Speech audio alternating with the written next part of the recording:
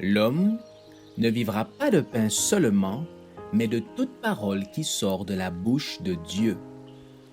Voici votre moment de méditation quotidienne.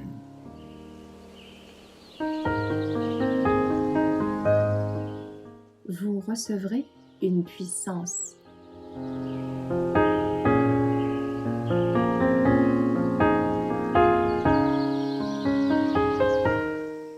L'Esprit désire aider les enseignants le 17 mai.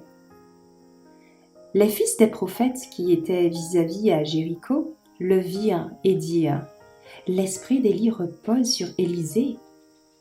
Ils allèrent à sa rencontre et se prosternèrent contre terre devant lui. 2 Rois 2, verset 15. Le Saint-Esprit descendit sur les écoles de prophètes, harmonisant même les pensées des étudiants avec la volonté de Dieu. Une relation vivante unissait le ciel et ses écoles. La joie et l'action de grâce, provenant de cœurs aimants, trouvaient leur expression dans les chants de louange auxquels les anges se joignaient. Si les enseignants voulaient ouvrir leur cœur à la réception de l'Esprit, ils pourraient coopérer avec lui dans leur travail avec les étudiants. Et quand l'Esprit a le champ libre, il effectue de merveilleuses transformations. Il agira dans chaque cœur, corrigeant l'égoïsme, modelant et affinant le caractère, gardant les pensées captives pour le Christ. Au lieu d'être repoussé, le Saint-Esprit sera le bienvenu et sa présence encouragée.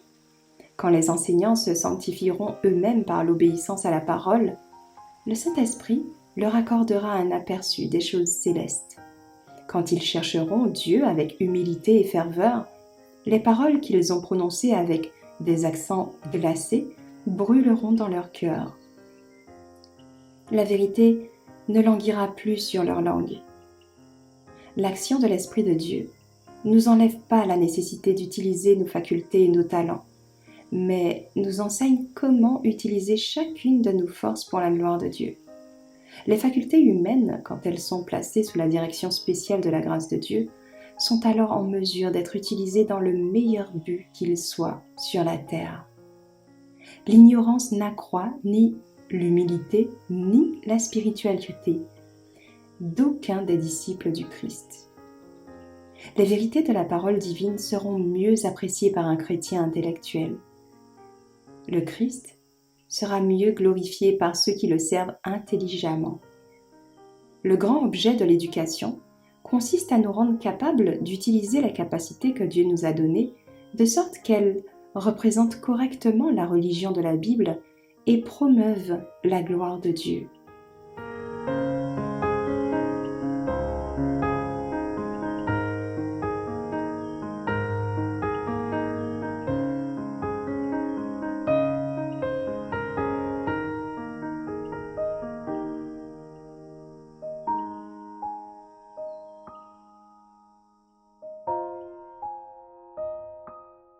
Merci d'avoir écouté cette présentation. Assurez-vous de nous rejoindre demain pour votre moment de méditation quotidienne avec lereste.org.